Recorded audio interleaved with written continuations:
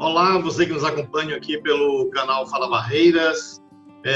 Hoje temos conosco a presença do secretário de Saúde do município de Barreiras, o senhor Anderson Luiz Bian de Abreu.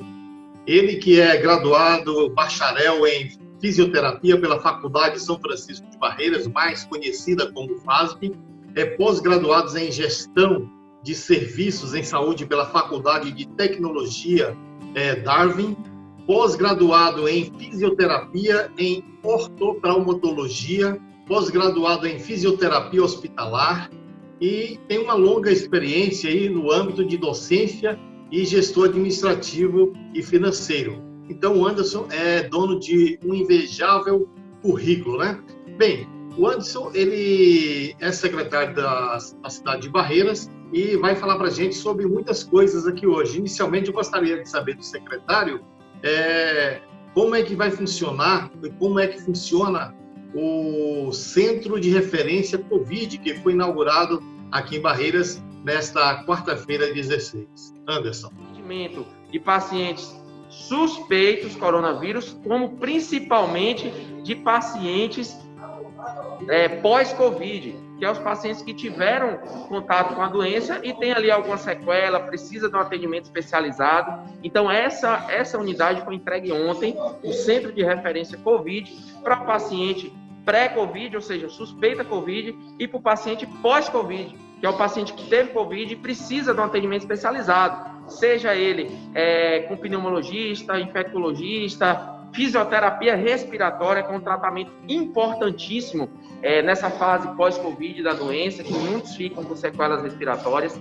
Então, e mais serviços especializados que vão ser ofertados naquela unidade para o paciente pós-Covid. Então, nossa rede está hoje redonda, porque nós temos tanto atendimento para o pré, durante, se precisar, internação, e também agora para o paciente pós-Covid. Então, ampliamos também o horário de atendimento em unidade de saúde, né, como, por exemplo, o Jardim Ouro Branco, o Emily Raquel, o Antônia Zélia, nós ampliamos, e o Martina Clara em Barreirinhas, nós ampliamos essas unidades até as 22 horas, para poder dar condição de atendimento também para aquelas pessoas que precisam procurar o serviço da atenção básica, o serviço de consulta até para os pacientes pré-Covid, pacientes suspeitos de Covid, para esses pacientes poderem ser atendidos ali depois das 18 horas, né? Então, nós ampliamos essas 4 unidades, setorizando barreiras, dividindo barreiras em 4 pontos estratégicos, para que todos os pacientes possam ser assistidos. Secretário, o Ministério da Saúde divulgou que em janeiro de 2021 já teremos vacina para a Covid-19. O senhor tem previsão dessa vacina aqui em Barreiras? Eu acredito que sim, a gente é bem relativa essa questão da vacina chegar até Barreiras. Eu acredito que não vai se demorar muito, porque quando o Ministério da Saúde diz que em janeiro já terá a vacina, então a partir de janeiro ele já vai começar a distribuir para os estados, né? E é uma questão de tempo apenas a chegar até nos municípios, né? Nos municípios menores. A Bahia, com 417 municípios, eu acredito que, ser um estado grande, talvez leve um pouco mais tempo para se chegar, mas é uma questão de tempo.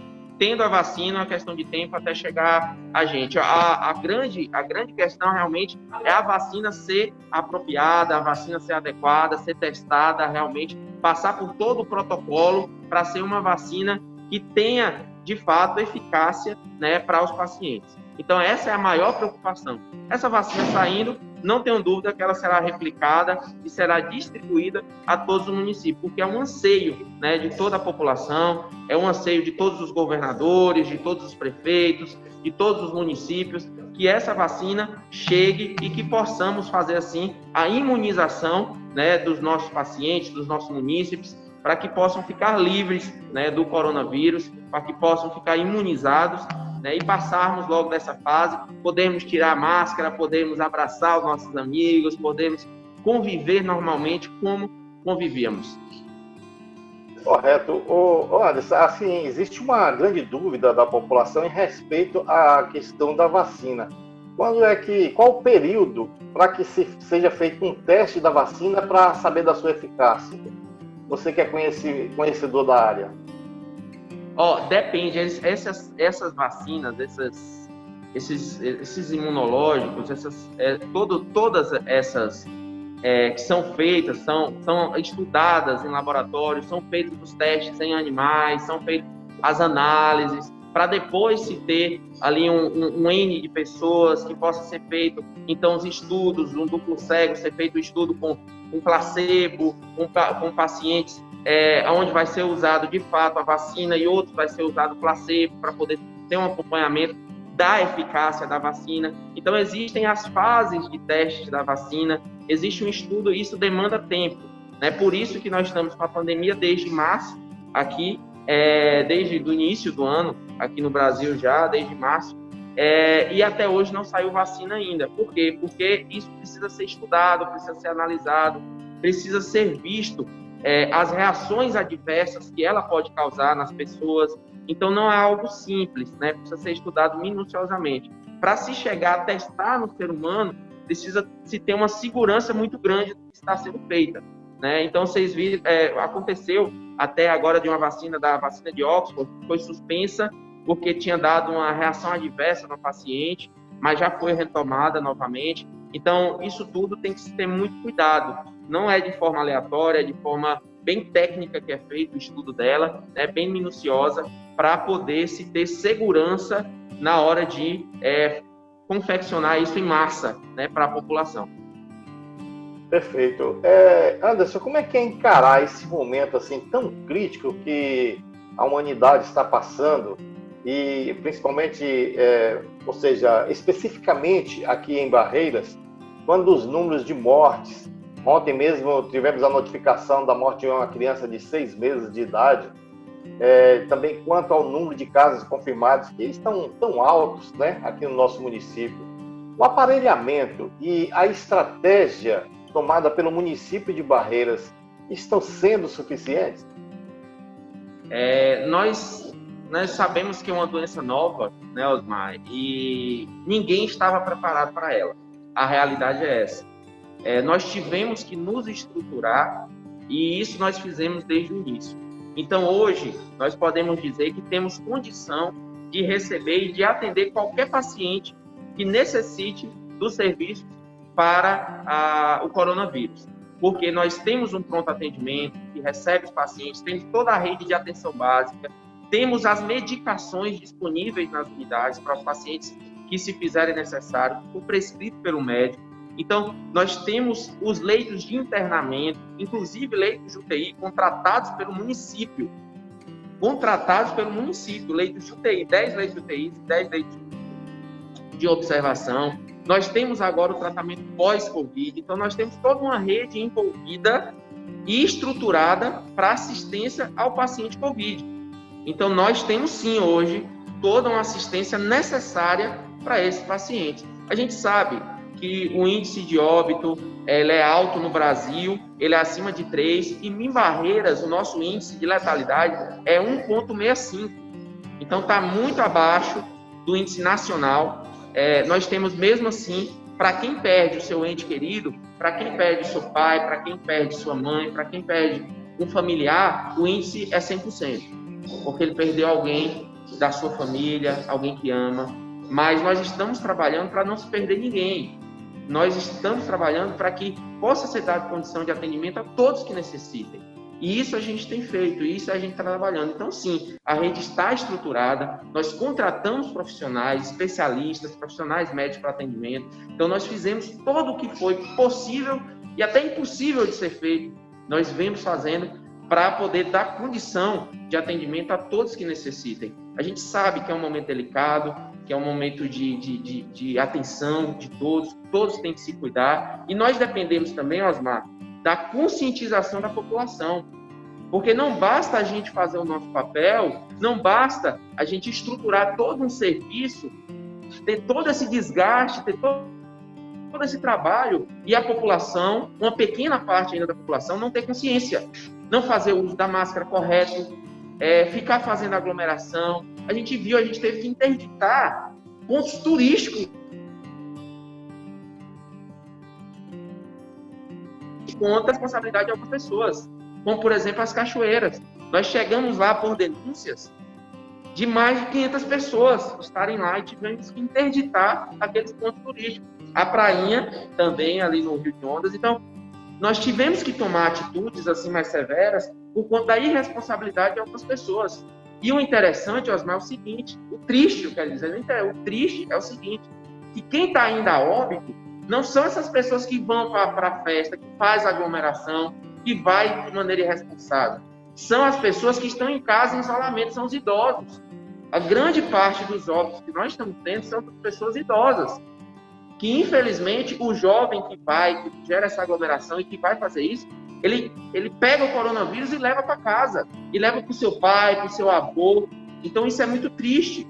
As próprias pessoas que estão desrespeitando estão levando o vírus e infelizmente tirando a vida daqueles que amam. Então é algo muito sério isso. Todos têm que ter responsabilidade. Então o vírus, ele ataca, ele não escolhe quem ele vai infectar, e nós precisamos ter muito cuidado quanto a isso, seguir as orientações sanitárias, seguir o que a Organização Mundial de Saúde, o Ministério da Saúde, a Secretaria de Saúde. Nós temos um comitê de operações de emergência com 3 infectologistas, nós temos feito as orientações, divulgações, tentando fazer a conscientização, mas precisamos que todos se solidarizem e se assumam a sua responsabilidade também nessa batalha. Perfeito. Anderson, diante da sua resposta, da sua fala, você citou os profissionais de saúde. Gostaria de saber de você como é que está sendo feita, se está sendo feita, aliás, testagem nos trabalhadores da saúde de Barreiras, não só daqueles pontos tipo Eurico Dutra, o Hospital Central, o pessoal que trabalha na saúde, nos postos, nas unidades básicas de saúde. Eles estão sendo testados pelo menos a cada 15 dias para que possam se proteger e proteger também as pessoas que eles atendem, já que a contaminação já é comunitária? Nós fomos, Osmar, foi muito boa a sua pergunta, nós fomos o primeiro município na Bahia de fazer a testagem em massa de todos os servidores. Nós fizemos a testagem de quase 2.000 servidores da saúde no início da pandemia, e hoje nós priorizamos a testagem deles através do RT-PCR, né, que é o padrão ouro, de acordo aos sintomas. Então, não se faz mais testagem em massa dos profissionais de saúde, porque a nossa capacidade instalada hoje, nós temos feito a testagem dos pacientes sintomáticos, de acordo às notas técnicas e a orientação técnica. Nós adquirimos mais de 20 mil, no primeiro momento 5 mil testes rápidos, depois mais 20 mil testes rápidos, para poder ampliar a nossa capacidade de testagem na população. Mas existe uma janela do teste. Não adianta você fazer um teste rápido no paciente assintomático, que ele pode dar um falso negativo. Então existe uma questão técnica que tem que ser respeitada. E a gente vai estar utilizando o teste de uma maneira inadequada, tá certo? Fazendo uso inadequado dele. Por isso que hoje nós priorizamos a testagem daqueles pacientes, daqueles servidores sintomáticos que apresentam sintoma, e no caso de alguma unidade testar alguém positivo, a gente vai fazer a testagem daqueles comunicantes, que é o que tiveram contato com ele, entendeu? Então a gente está priorizando, inclusive firmamos a parceria com o FOB, viabilizamos a estruturação de lá, nós fizemos um termo de cooperação técnica, disponibilizamos servidores técnicos de laboratório para estarem atuando lá dentro da UFOB, para ampliar a capacidade de testagem, e nós estamos adquirindo agora um extrator de RNA, que é uma máquina que vai duplicar, triplicar o número de testes pela UFOB, né? Nós contratamos laboratório particular para realizar a testagem também, além dos testes que a gente comprou. Então, tudo isso nós fizemos para poder ampliar a nossa capacidade de testagem aqui no município, mas priorizando os pacientes sintomáticos. E os profissionais de saúde, nós priorizamos o teste, que é o RT-PCR, pela UFOB, porque a gente faz num dia, no outro dia já sai o resultado e a gente já consegue ou afastar aquele profissional ou testar os outros profissionais que tiveram contato com ele. Então, isso a gente está priorizando dessa maneira. Perfeito. O Fala Barreiras tem publicado praticamente todas as notícias relacionadas à Covid aqui no município e na região. E, diante disso, nós recebemos muitos questionamentos dos nossos leitores. Dentre eles, secretário, nós temos aqui quanto aos plantonistas, citado, por exemplo, por um leitor, o mucomaxilo, né? que não estão disponíveis quando se precisa de consulta de emergência. Uma mãe relatou aqui para a gente que por 2 vezes levou o seu filho de 5 anos após uma queda e ficou esperando de 13 até as 20 horas e saíram sem um atendimento. Segundo a mãe, o médico estava de sob aviso, mas estava trabalhando na clínica particular dele. Como funciona essa modalidade de sob aviso, secretário? Já que o médico solicitava... Eu não ouvi, Osmar, me perdoe, eu não ouvi direito. Seria em qual estrutura, qual unidade que aconteceu isso? Foi no Emily. Não, a gente tem o plantonista de atendimento lá, a gente tem um médico atendendo, inclusive o pediatra também atende lá na unidade. Lá temos um serviço presencial, tá? Então, se aconteceu, por exemplo, esse fato isolado, isso deve ser denunciado para a gente possa averiguar, para que a gente possa estar constatando, verificando o que aconteceu, tá? Aí ela tem que fazer a denúncia na ouvidoria e colocar ali o nome dos profissionais, o nome do profissional que estava de plantão no momento, na unidade, estava fazendo o atendimento no momento da unidade. Então, aquela unidade não é uma unidade de plantão, é uma unidade de atenção básica, tá? É uma unidade básica de saúde. Então, o médico ele vai atender, ele atende por horário, ele chega lá e atende os pacientes que vierem. Então, é uma unidade de atenção básica, não é uma unidade de urgência e emergência. Se necessitar de atendimento de urgência e emergência, tem que procurar a UPA, que é a unidade de referência para esse tipo de serviço. Certo. Em relação, você falou aí da ouvidoria, algumas pessoas têm reclamado de ter usado o 0800 disponível para fazer a reclamação, mas não tem um feedback. Nesse caso, como é que funciona, secretário? Então, a ouvidoria ela é responsável de dar, sim, o retorno, de verificar a denúncia e fazer o retorno para o paciente que fez a denúncia, né, no caso.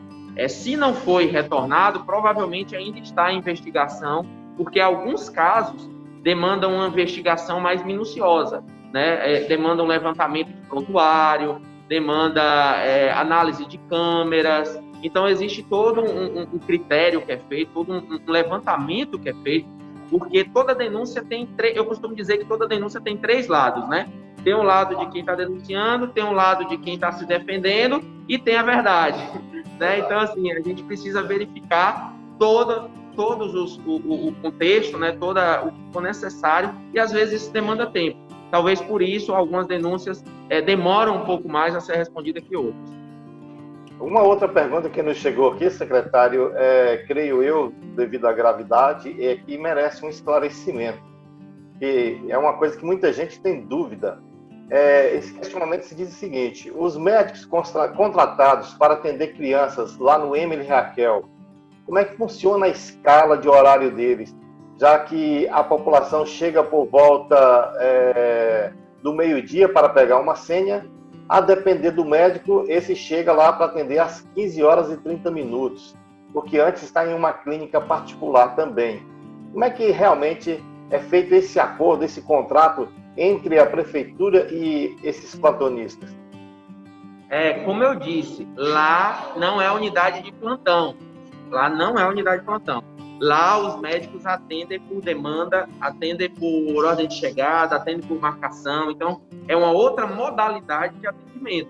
Tá? Lá não é plantonista. Então, o médico não fica lá de plantão. Ele vai para atender o paciente. É uma unidade de atenção básica. Funciona de segunda a sexta-feira. Nós ampliamos o horário deles, lá de atendimento, até as 22 horas, do Emily Raquel.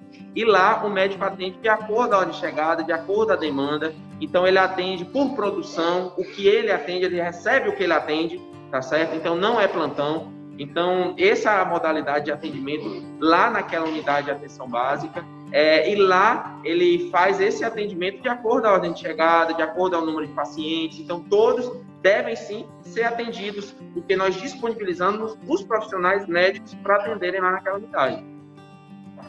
Certo. Secretário, como é que funciona em relação à marcação de...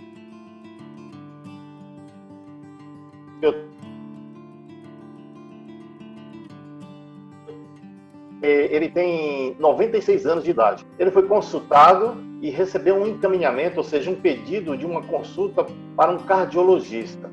Esse pedido foi entregue no posto de saúde Seibin, aqui no mês de março, isso do ano passado.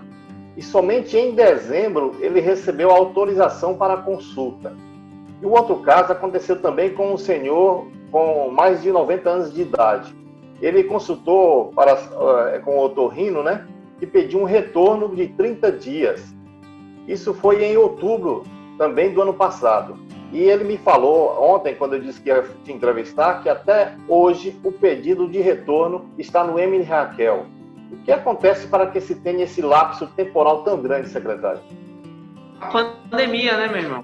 Aconteceu uma pandemia aí nesse tempo todo, do ano passado para esse ano. A gente tem as marcações eletivas, né? Existem os pacientes que são assistidos, sim, mas infelizmente tem a questão do início do ano, muitos médicos viajam, especialistas viajam, e a gente depende deles para poder fazer o atendimento. E esses profissionais, como eu disse, muitos deles, a sua grande maioria, trabalha por produção. Se eles não enviam a agenda para atender, a gente não tem agenda disponível para poder ofertar para os pacientes. E aí a gente acaba ficando realmente aguardando a agenda ser liberada, né? Então tem a questão do final do ano, começo do ano, logo em seguida veio a pandemia, mas a gente tem sim a marcada. Inclusive nós ampliamos o nosso número de profissional. Antes existiam 2 cardiologistas atendendo, 1 cardiologista atendendo, hoje nós temos 5. Antes existia 1 oftalmologista atendendo, hoje nós temos 4, né, para atender a população. Então nós ampliamos nosso serviço, ampliando nossa capacidade, nós diminuímos muito a demanda reprimida. Então, assim, esses casos acontecerão, alguns casos isolados, mas que nós estamos trabalhando. É importante a pessoa que necessita desse serviço procurar a unidade de saúde, procurar a regulação, porque está sendo feito, sim, os agendamentos. Já voltamos com todos, muitos nem pararam, alguns por conta da agenda do profissional, mas, por exemplo, alguns procedimentos, como endoscopia, colonoscopia, a própria classe médica, a própria sociedade da classe médica que pediu a suspensão de alguns serviços por conta do risco do coronavírus. Então, isso tudo aconteceu, né? Então, tem que ser retornado, tem que voltar ao posto de saúde, procurar a enfermeira para poder ser orientado. Anderson, nós agradecemos aqui a sua participação e fique aí à vontade para as suas considerações finais. Obrigado, Osmar, eu que agradeço. Obrigado a toda a população que tem nos ajudado nesse momento de pandemia. Nós estamos trabalhando não só com a questão da pandemia, mas com toda a nossa saúde. Estou aqui numa unidade que está sendo reformada. Nós demos a ordem de serviço para a reforma de 31 unidades de saúde, as que estavam faltando ser reformadas, e nós já iniciamos a reforma dessas unidades para poder dar um atendimento digno, atendimento de qualidade, e também estamos entregando novas unidades. Nós estamos construindo e estaremos entregando dentro dos próximos meses novas unidades de saúde para poder ampliar o atendimento, contratar mais equipes médicas para aumentar ainda mais o atendimento para a nossa população. Isso tudo o prefeito Cito Barbosa, a prefeitura, a gestão está fazendo, a Secretaria de Saúde, através de todos os nossos servidores, nós estamos fazendo, nos empenhando para poder dar condição de atendimento, ampliar a nossa saúde, dar uma saúde cada vez mais humanizada e mais digna para a nossa população. Obrigado a todos por nos compreenderem, por estarem conosco, abraçando essa causa, realmente assumindo o seu papel nesse momento de pandemia e nos ajudando para que possamos juntos vencermos esse vírus, esse coronavírus. Muito obrigado, Osmar, obrigado a todos, fiquem todos com Deus e um grande abraço. Obrigado, Anderson, e você continue nos prestigiando. Hoje nós conversamos com o secretário de Saúde de Barreiras, o senhor Anderson Vian, e em breve novas entrevistas para deixar você bem informado. Se inscreva no nosso canal, deixe seu like e compartilhe a nossa entrevista em suas redes sociais. Muito obrigado a você e que Deus nos proteja, nos ilumine e nos guarde. Até breve.